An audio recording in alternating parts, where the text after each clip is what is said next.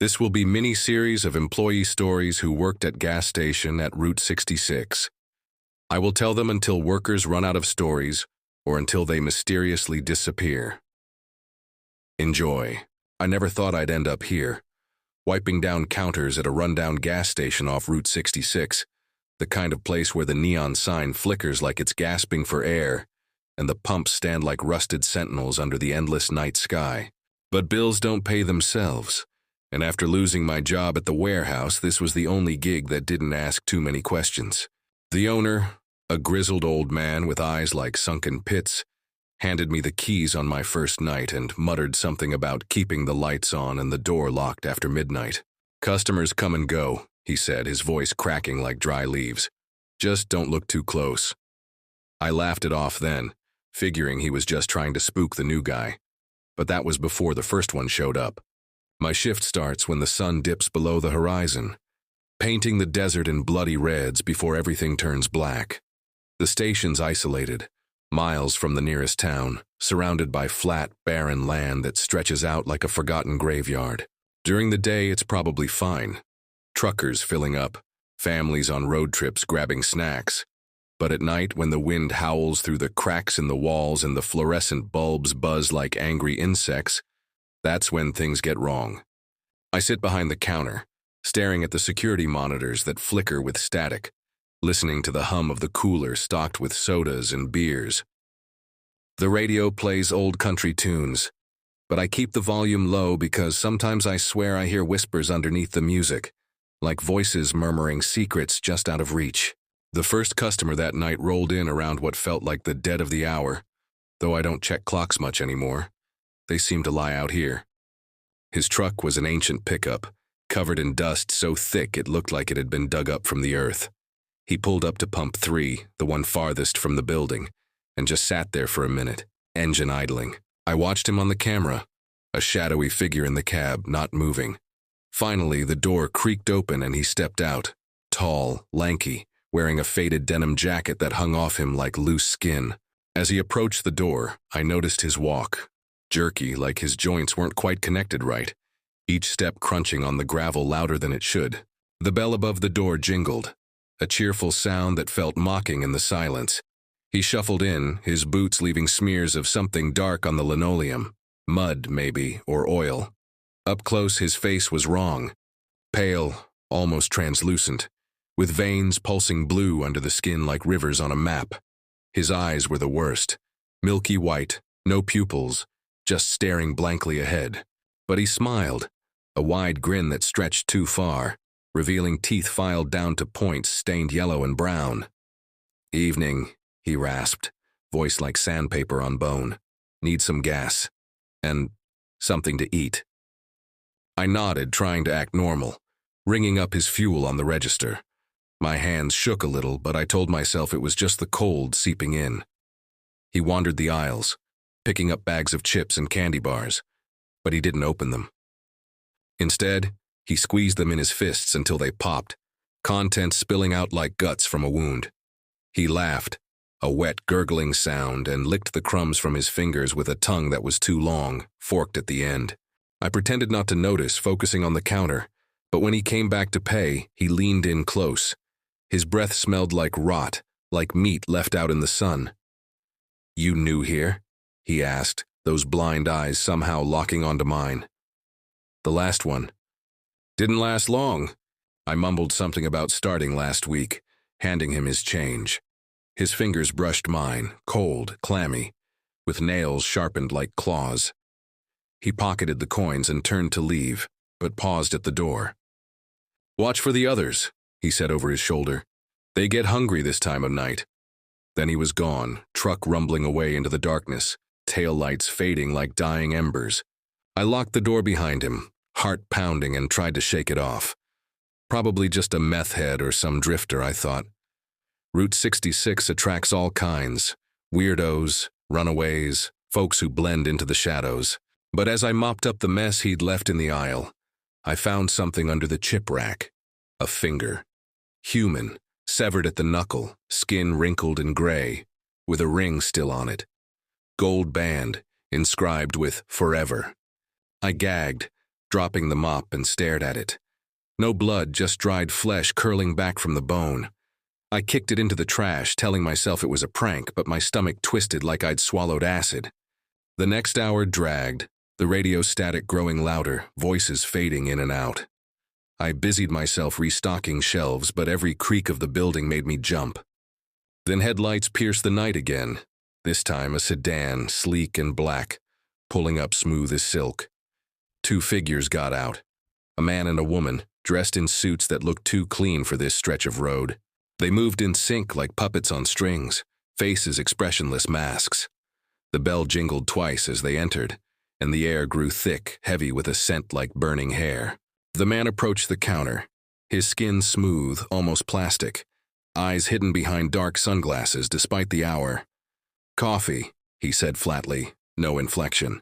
The woman lingered by the magazines, flipping pages without looking, her nails clicking like insect legs. I poured 2 cups from the pot, hands steady now from adrenaline, and slid them over. He paid with a crisp 100, but when I opened the register, I saw it, his reflection in the glass case behind me, or lack of one. Just empty space where he should be. My breath caught, but I handed him the change, avoiding his gaze. As they sipped their coffee, black, steaming, they started talking in low tones, words I couldn't quite catch, but snippets floated over. The harvest. Ripe. Feed soon. The woman laughed suddenly, a sharp bark that echoed, and when she smiled, her teeth were all wrong. Rows of them, like a shark's, glinting under the lights. She caught me staring and winked, then reached into her purse and pulled out what looked like a snack. A small, wriggling thing, pink and fleshy. A baby rat? No, closer. It was a finger, fresh this time, nails painted red. She bit into it with a crunch, blood dribbling down her chin, chewing slowly while maintaining eye contact. I backed away, knocking over a display of gum, packets scattering like bones. "What the hell?" I whispered, but the man just tilted his head. "Problem?" he asked, voice now a hiss. The woman swallowed, licked her lips clean and tossed the remains, bone-splintered marrow sucked dry, into the trash. They finished their coffee in silence, then left, sedan gliding away without a sound. I rushed to the door, locking it again, but not before seeing something in the parking lot. A shape huddled by the pumps, watching. It was a child, or what looked like one, small in ragged clothes, barefoot on the cold asphalt. She didn't come in, just stood there staring at the building with eyes too big for her face, glowing faintly in the dark. I waved her away through the glass, but she didn't move. Minutes ticked by, and she started scratching at the door, nails scraping like knives, leaving gouges in the metal. "Let me in," she mouthed. No sound, but I heard it in my head. A child's voice twisted with something ancient. "I'm cold. I'm hungry." Panic rising, I grabbed the phone to call the cops, but the line was dead. Static, then laughter echoing through the receiver. I hung up, backing into the stockroom, where the walls felt closer, the air stale. That's when I noticed the scratches on the inside of the door. Old ones, deep, like someone had tried to claw their way out. And on the floor, faint stains, brown and flaking, shaped like handprints. The scratching stopped eventually, and when I peeked out, the girl was gone.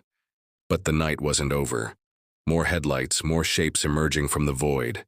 A group of bikers next, leather jackets patched with symbols that hurt to look at, eyes and teeth woven into the fabric.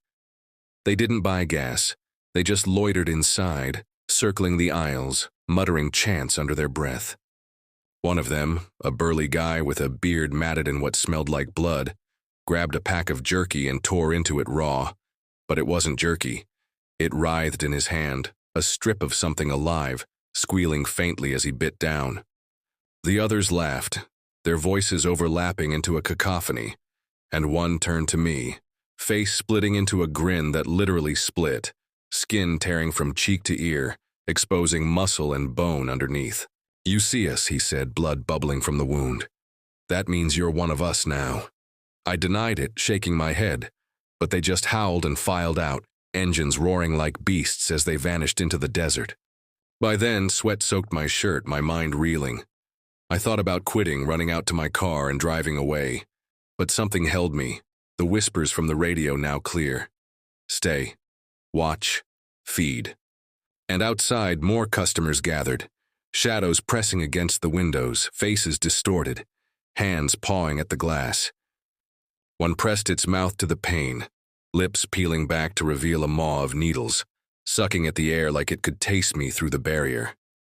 I hid in the bathroom, door barred with a mop handle, listening to the pounding, the cries. Graphic visions flashed in my mind, bodies torn open on the pumps, entrails strung like garlands, eyes plucked and rolling like marbles under the shelves. Was it real, or just my imagination cracking under the strain? But when I emerged hours later, the sun creeping up, the lot was empty, save for smears of red on the concrete, chunks of flesh caught in the gravel. That was my first night. I should have left, but the owner called, voice cheerful. Good job, see you tomorrow. And somehow I went back. Because out here on Route 66, once you see them, they don't let you go. They come back, hungrier each time. And now, as the sun sets again, I hear the first engine in the distance.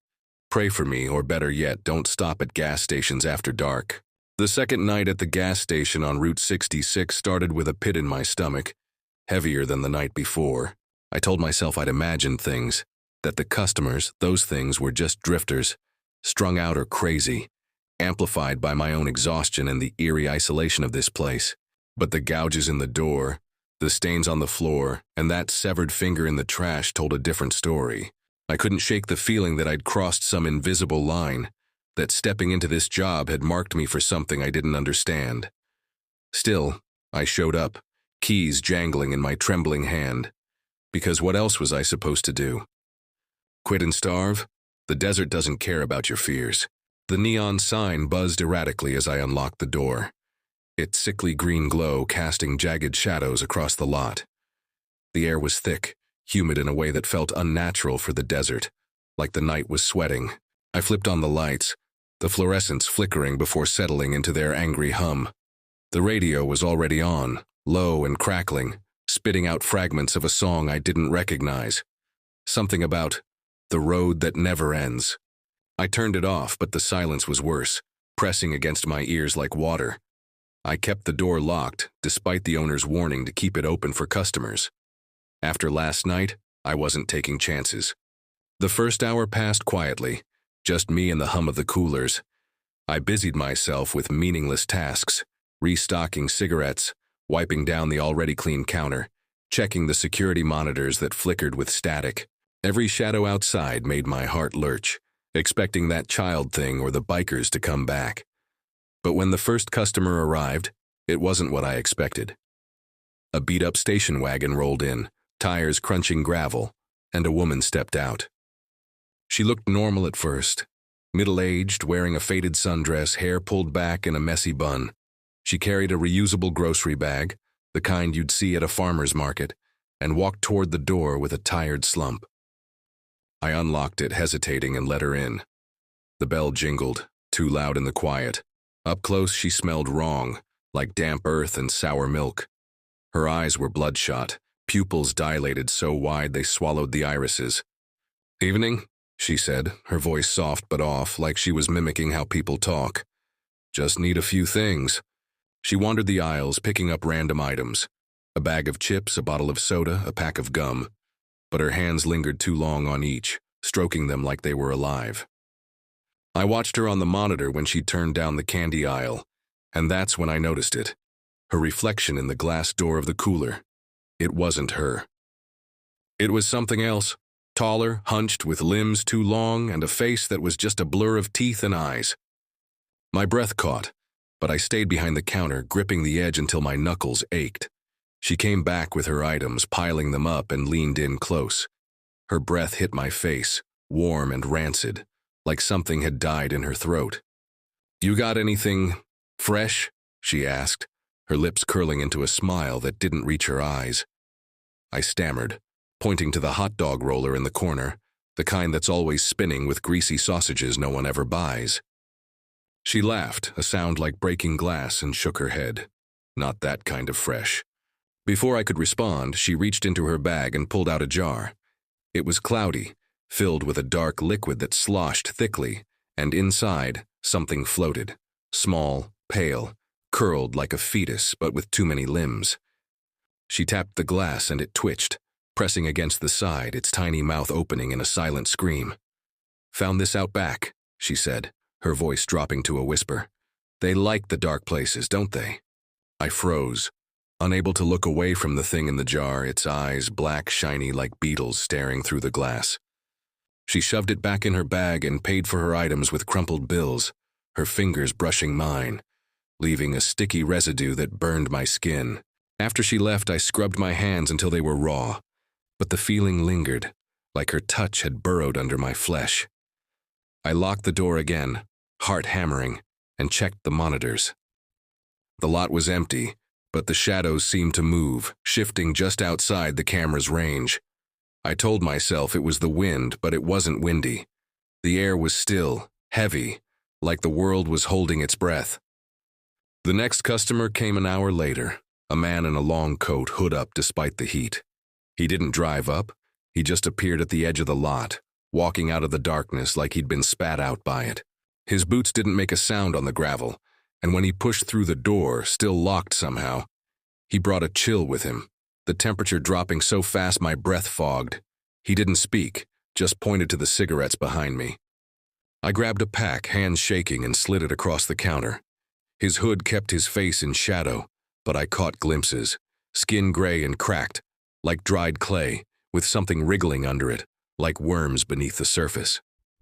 He paid with coins, old ones, tarnished and worn, the kind you'd find buried in a field.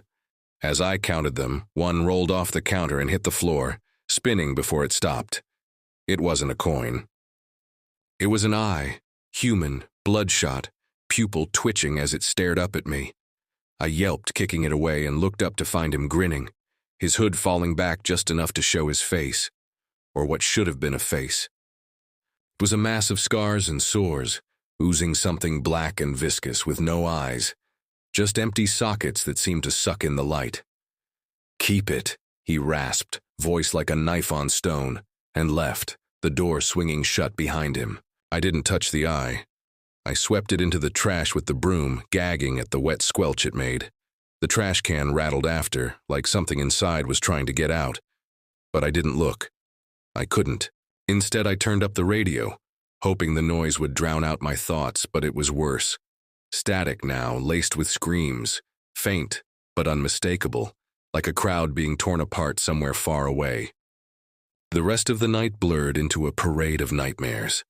A trucker came in, his hands caked in blood, asking for bandages but laughing when I handed them over, saying, "Too late for that." He unwrapped his shirt to show a gaping hole in his chest, ribs exposed, something pulsing inside, something with eyes. A woman with no face, just a smooth expanse of skin where her features should be, hummed a lullaby as she browsed, her fingers leaving trails of frost on the shelves. A group of teenagers, or what looked like them, came in giggling, but their laughter turned to choking as they coughed up clumps of hair and teeth, spitting them onto the floor before running out, leaving bloody footprints. Each one left something behind, a tooth, a clump of skin, a shard of bone scattered like offerings. I stopped cleaning them up, too afraid to touch them, too afraid of what they meant. The air grew thicker, the lights dimmer, and the whispers from the radio were now inside my head, urging me to open the door, let them in, feed the road. I fought it, barricading myself behind the counter, but the pounding started again. Fists, claws, something heavier, against the glass, the walls, the roof. Shadows pressed closer, faces, or what passed for them, smeared against the windows, mouths gaping, tongues lashing like snakes. By dawn, I was curled up in the stockroom, door locked, clutching a tire iron I'd found under the counter. The pounding had stopped, the shadows gone, but the station was a mess. Shelves toppled, blood and worse streaked across the floor, the air reeking of decay. I didn't call the owner. I didn't call anyone. My phone was dead. The screen cracked like it had been stepped on, though I hadn't dropped it. When I stepped outside, the lot was empty, but the pumps were dripping. Not gas, but something red and viscous, pooling in the dirt. I should have left then, driven away and never looked back. But as the sun rose, bleaching the desert in harsh light, I saw something carved into the side of the building, fresh and deep. "You're part of it now." My keys felt heavier in my pocket, like they were tethered to this place, to the road. I went back inside, started cleaning, and waited for the next night. Because out here, on Route 66, the customers don't let you leave. They're waiting and they're hungry, and I'm starting to wonder if I'm one of them now. The third night at the gas station on Route 66 felt like stepping into a trap. I couldn't see but could feel tightening around me. The air was heavier than before, thick with that same unnatural humidity, like the desert was drowning in something alive. I hadn't slept since my last shift, couldn't even close my eyes without seeing those faces. The milky-eyed drifter, the woman with the jar, the man with no face under his hood. Their voices lingered in my head, overlapping with the radio's whispers telling me to stay, to watch, to feed. I thought about running, but every time I grabbed my car keys, my hand froze, like something was holding me back, something inside me now. So I returned, unlocked the door, and flipped on the lights. Their buzz louder tonight, like a swarm of flies circling a corpse. The station looked worse than I'd left it. The blood and filth I'd tried to clean were back, smeared across the floor in patterns that looked deliberate. Spirals, jagged lines, shapes that made my eyes ache. The trash can where I'd swept the eye and other leavings was overturned, contents gone. But the smell lingered, rancid and sweet, like rotting fruit mixed with copper. I checked the security monitors, but 2 were dead now. Screens black and the others showed only static, with faint shapes moving in the grain. Too tall, too thin, too wrong. I turned them off, heart pounding, and kept the door locked, though I knew it wouldn't help. Whatever was out there didn't need doors. The first customer came early before the sky had fully darkened. A beat-up RV limped into the lot, its engine coughing like a dying animal. It stopped at pump 2, and a family of 4 spilled out. Mom, Dad, 2 kids. They looked normal at first, like tired road trippers. But something was off. Their clothes were outdated, like they'd walked out of a 70s Polaroid. Polyester shirts, bell-bottoms, colors faded but too clean for a long drive. They moved together, too synchronized, heads turning at the same time like they shared one mind. The bell jingled as they entered, and the air turned sour, a mix of sweat and something chemical, like embalming fluid. The dad approached the counter, his smile fixed, lips stretched too tight over teeth that gleamed unnaturally. "Gas and snacks," he said, voice flat, like he was reading a script. The mom and kids wandered the aisles, picking up candy bars and sodas, but they didn't open them. Instead, they held the items up to their faces, sniffing, their noses twitching like animals. Up close, I saw their skin, waxy, almost translucent, with faint cracks at the corners of their mouths and eyes, like porcelain about to shatter. The girl, maybe 10, caught me staring and giggled, but the sound was wrong, layered like multiple voices at once. She held up a candy bar, its wrapper crinkling, and whispered, "It smells like you." I rang them up, hands trembling, avoiding their eyes. The dad paid with a wad of bills, old and brittle, some torn, others stained with dark splotches. As I counted them, the boy, smaller, maybe 7, climbed onto the counter, sitting cross-legged, staring at me. His eyes were too big, pupils spiraling inward like whirlpools. "Do you dream?" he asked, tilting his head so far it looked like his neck might snap. "We do. We dream of you."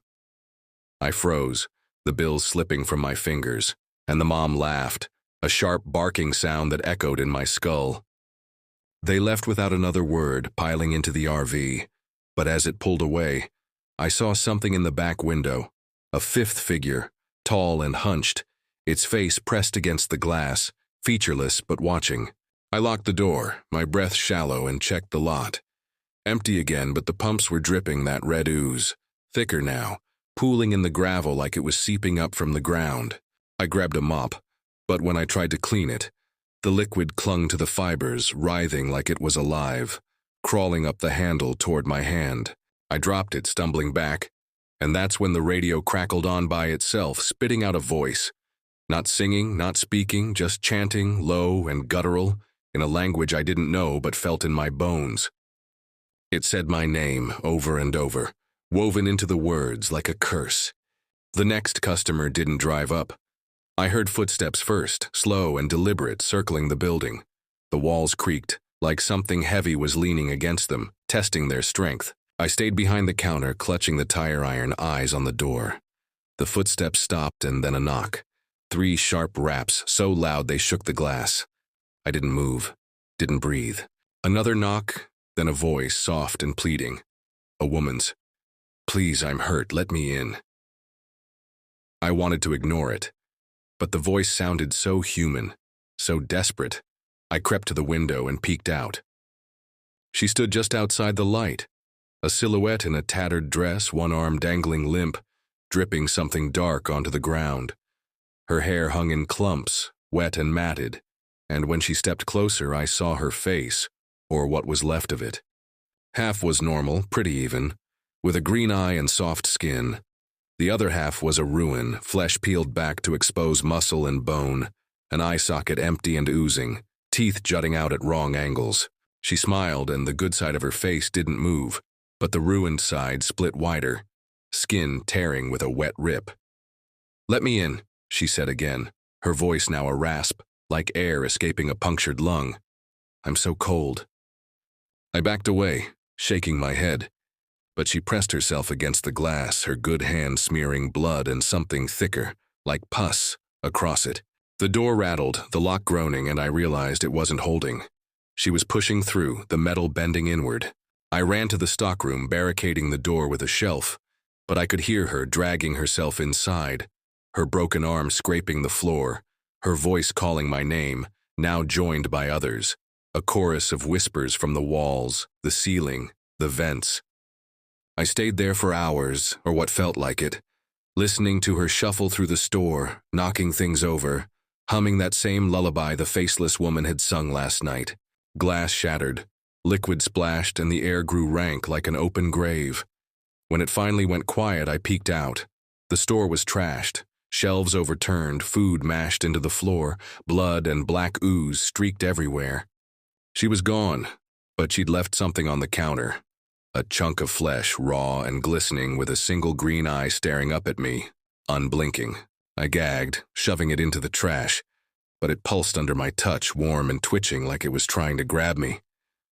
The rest of the night was a blur of terror. More came. Shapes in the lot, faces at the windows, things that didn't bother with the door. A man with no legs crawled across the pavement, dragging himself with hands that ended in claws, his mouth opening to reveal a throat lined with tiny, writhing tongues. A woman with stitches across her body, like she'd been sewn together from parts, bought a soda and drank it in one gulp, only for it to pour out of holes in her chest, fizzing red on the floor. Something else too big to be human loomed at the edge of the lot, its outlines shifting. Sometimes a man, sometimes a beast, sometimes just eyes glowing in the dark. Each one left a mark, scratches on the walls, teeth embedded in the counter. A handprint burned into the glass, fingers splayed too wide. The radio never stopped, chanting now, louder. My name woven into every phrase, urging me to join them, feed the road, become the road. I fought it, screaming at it to shut up, but my voice felt small, drowned out by the noise in my head. When dawn broke, the station was silent again, but the damage was worse. The walls were cracked, the ceiling sagging, and the air smelled like death. I found more leavings, a finger bone, a clump of hair with scalp attached, a tooth with root still bloody. I didn't clean them this time, just left them, too tired, too scared. Outside, the lot was empty, but the ground was soft like it had been freshly turned, and the pumps were dripping again, the red ooze now forming words in the dirt. Stay. Feed. I didn't call the owner. I didn't call anyone. My car wouldn't start, the engine dead, the battery corroded like it had been soaked in acid. I walked back inside, sat behind the counter, and waited for the next night. Because I know now, Route 66 doesn't let you go. It's in me, under my skin, in my blood. The customers aren't just customers. They're part of this place, and so am I, whether I want to be or not. And tonight, as the sun sets, I hear the first engine closer than before, and I know they're coming for me. The fourth night at the gas station on Route 66 felt like walking into a grave I'd already dug for myself. The air was thicker than ever, clinging to my skin like damp rot, and the desert outside was too quiet. No wind, no distant hum of tires, just a suffocating stillness that pressed against the walls. The station itself was falling apart now, the cracks in the walls wider, leaking a black sludge that smelled like burnt flesh. The fluorescent lights flickered erratically, casting shadows that moved when I wasn't looking, and the radio was dead silent, but I could still hear it. Those whispers, now inside my skull, clawing at my thoughts. Feed. Join. Become. I hadn't eaten all day, couldn't stomach the thought, but my hunger was different, gnawing, unnatural, like something else was starving inside me. I didn't bother cleaning the mess from last night. The blood, the ooze, the scattered remains, teeth, hair, a shard of bone with flesh still clinging to it, were part of the place now, like the pumps or the counter. The security monitors were all black, not even static anymore. Just empty voids reflecting my own face, pale and hollow, eyes sunken like I hadn't slept in weeks. Maybe I hadn't. Time felt slippery here, hours bleeding into each other, the nights stretching longer than they should. I kept the door locked, though I knew it was pointless. The things that came didn't care about locks. They weren't customers. They were something else, something this road had birthed, and I was starting to think I was becoming one of them. The first visitor came just as the last sliver of sunlight vanished, the horizon swallowing it like a mouth. No vehicle this time, just a figure standing at the edge of the lot, too far for the lights to reach. But I could feel its gaze, heavy and piercing. Didn't move, just stood there. A silhouette that seemed to grow taller the longer I looked, its edges blurring into the darkness. I stayed behind the counter, gripping the tire iron, my knuckles white, but my hands felt wrong. Clammy, too cold, like they weren't entirely mine anymore. The figure finally stepped forward, and the gravel didn't crunch under its feet. It was a man, or had been once, dressed in a tattered suit, the kind you'd bury someone in. His face was sunken, cheeks collapsed inward, lips peeled back to show gums blackened and bleeding. His eyes were gone, just ragged holes, but something moved inside them. Small, glistening things like maggots writhing in the sockets. He didn't come inside. He pressed himself against the glass door, his hands, fingers too long, joints bending backward, splaying across it, leaving smears of that black sludge. His mouth opened, wider than it should, and a sound came out, not a voice but a low, wet gurgle like drowning in tar. "You're late," he said, the words forming in my head, not my ears. "You owe the road." I shouted at him to leave, my voice cracking, but he just pressed harder, the glass creaking, his fingers sinking into it like it was soft clay. Then he was gone, vanishing between blinks, leaving only the smears and a faint smell of decay that seeped through the walls. I didn't have time to process it before the next one came. Headlights this time, bright and blinding, from a semi-truck that roared into the lot and stopped dead, engine cutting off like a throat being slit. The driver didn't get out right away. I watched on the one working monitor, the grainy image showing the cab door open slowly, something massive squeezing out. When it stepped into the light, I saw it. A man, or something shaped like one, over 7 feet tall, skin stretched tight over bones that protruded at wrong angles, like they'd been broken and reset poorly. His hands were enormous, fingers fused into clumps, each tipped with a nail like a rusted blade. He didn't walk to the door. He loped, head low, sniffing the air like a predator. The bell didn't ring when he entered. The door just swung open, lock snapping like brittle bone. He filled the doorway, head brushing the ceiling, and the air turned rancid, a mix of blood and gasoline. "Meat," he growled, voice like gravel grinding together, and pointed to the cooler. I stumbled back, pointing to the hot dog roller, but he shook his head, his neck cracking with the motion. "Not that. You." He lunged, faster than something that big should move, and I swung the tire iron, catching his arm. It hit with a wet crunch, like smashing rotten wood, and his skin split, spilling a writhing mass of worms and black ichor onto the floor. He didn't flinch, just laughed, a sound that shook the walls, and grabbed a bag of chips, crushing it in his fist before leaving, the door slamming shut behind him. I stood there, panting, the tire iron slick with that black ooze which burned my skin where it touched. The worms on the floor squirmed, burrowing into the linoleum, leaving tiny holes that oozed more sludge. I tried to clean it, but the mop disintegrated, fibers melting into a sticky mess. That's when I noticed my hands. My nails were longer, sharper, the skin around them peeling back, raw and red. I scrubbed them under the sink, but the water ran dark like the pipes were bleeding. The night got worse. A woman came next, gliding across the lot without touching the ground, her dress trailing like smoke. Her face was a mask of beauty, flawless, but her eyes were sewn shut, threads pulling tight with every blink. She didn't speak, just pointed to the coffee machine. I poured a cup, hands shaking, and she took it, her fingers brushing mine, cold, like touching a corpse. She sipped, and the coffee poured out through her neck, a gaping wound I hadn't seen, splashing onto the floor, steaming and red. She smiled, threads snapping, and left a gift on the counter. A heart small and shriveled, still beating faintly, wrapped in her handkerchief. Others followed, a child with no mouth, hands clutching a doll that screamed when I looked at it. A man whose skin peeled away in strips, revealing muscle that pulsed with veins too thick, too alive. Something that wasn't human at all. Just a mass of limbs and eyes rolling across the lot, leaving a trail of teeth embedded in the asphalt. Each one left something behind. A finger, a tongue, a chunk of scalp with hair still attached. I stopped throwing them away. The trash can was full, and every time I opened it, the contents moved, squirming, whispering my name. The radio came back to life near dawn, not chanting now but screaming, a cacophony of voices begging, cursing, weeping. I smashed it with the tire iron, sparks flying, but the sound didn't stop. It came from the walls, the floor, my own chest. I clawed at my skin, feeling something shift beneath it. Something not me.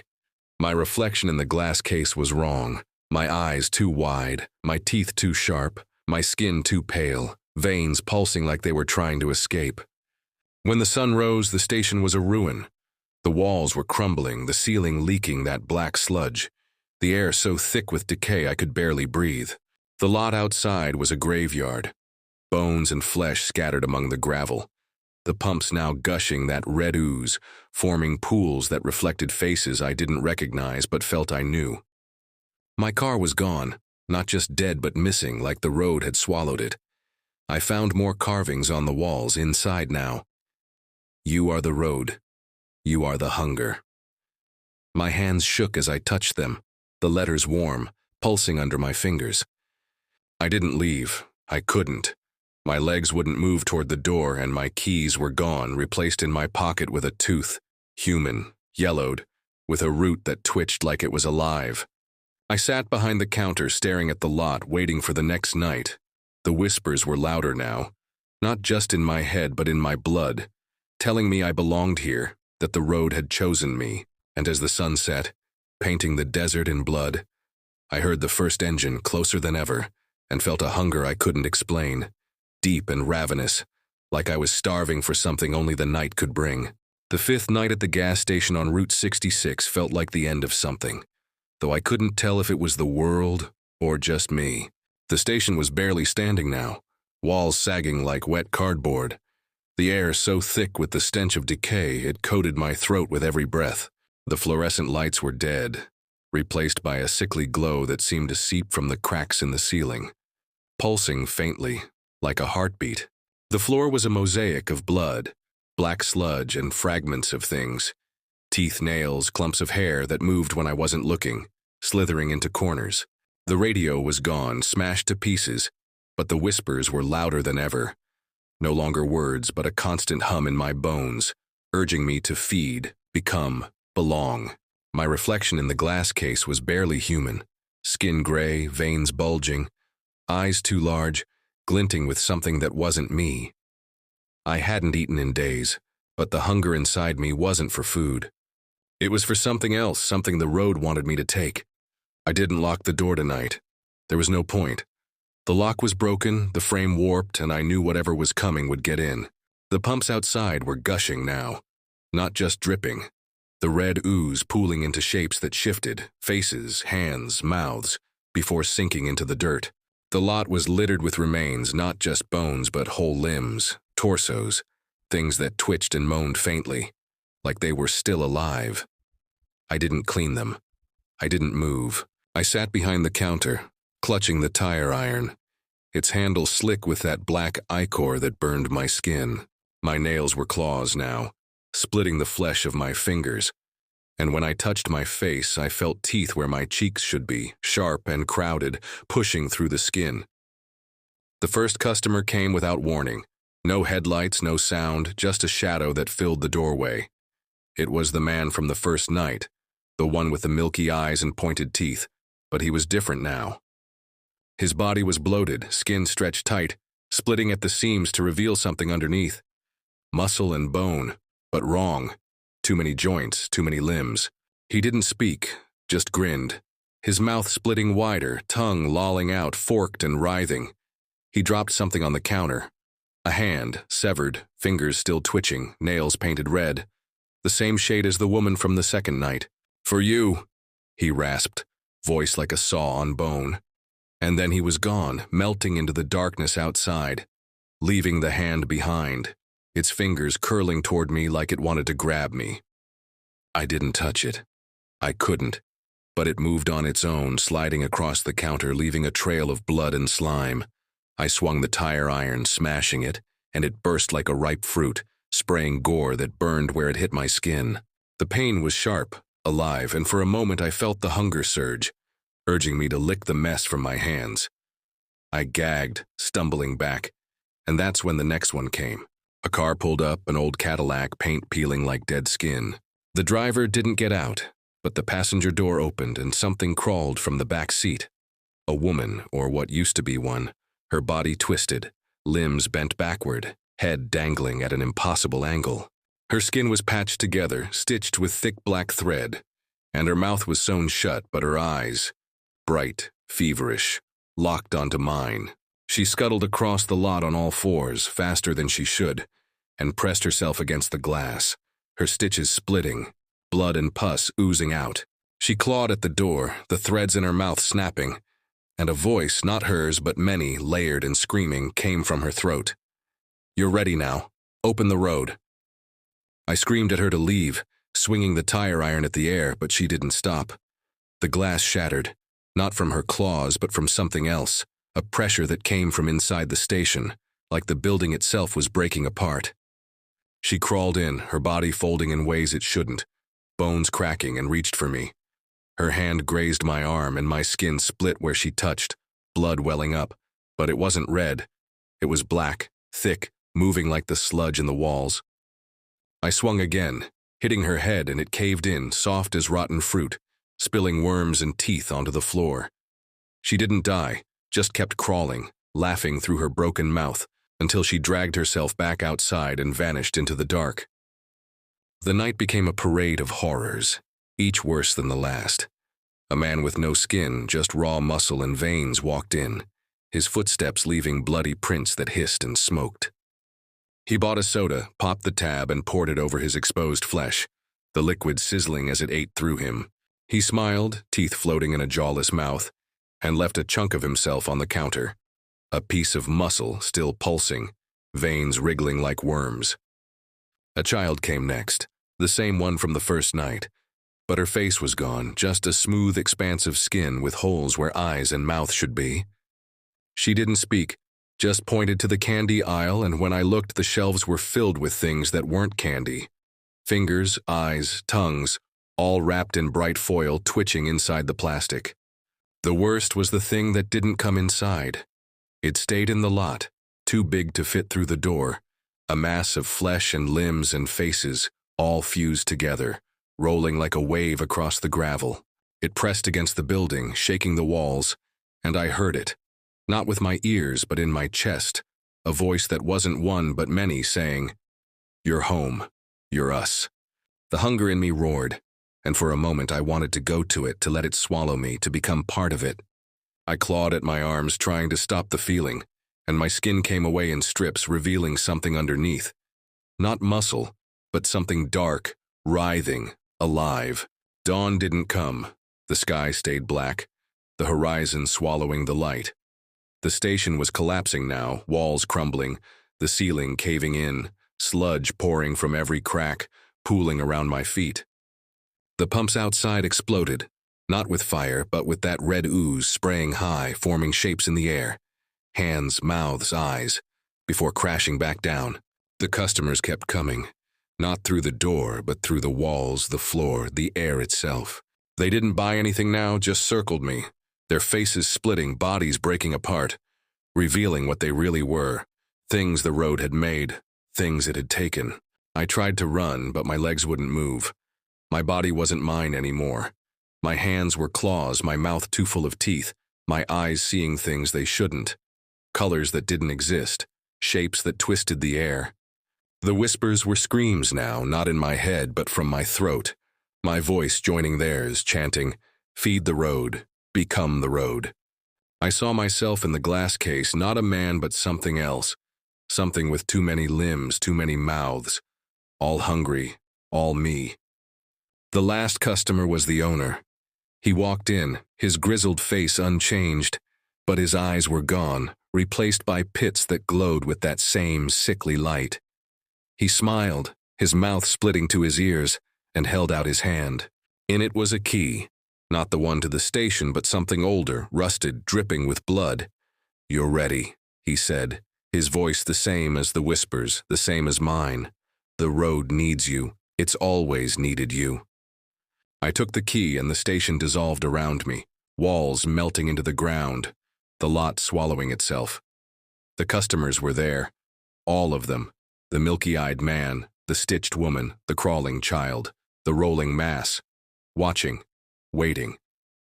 The road stretched out before me, not pavement but flesh, pulsing, alive, lined with faces that screamed and begged.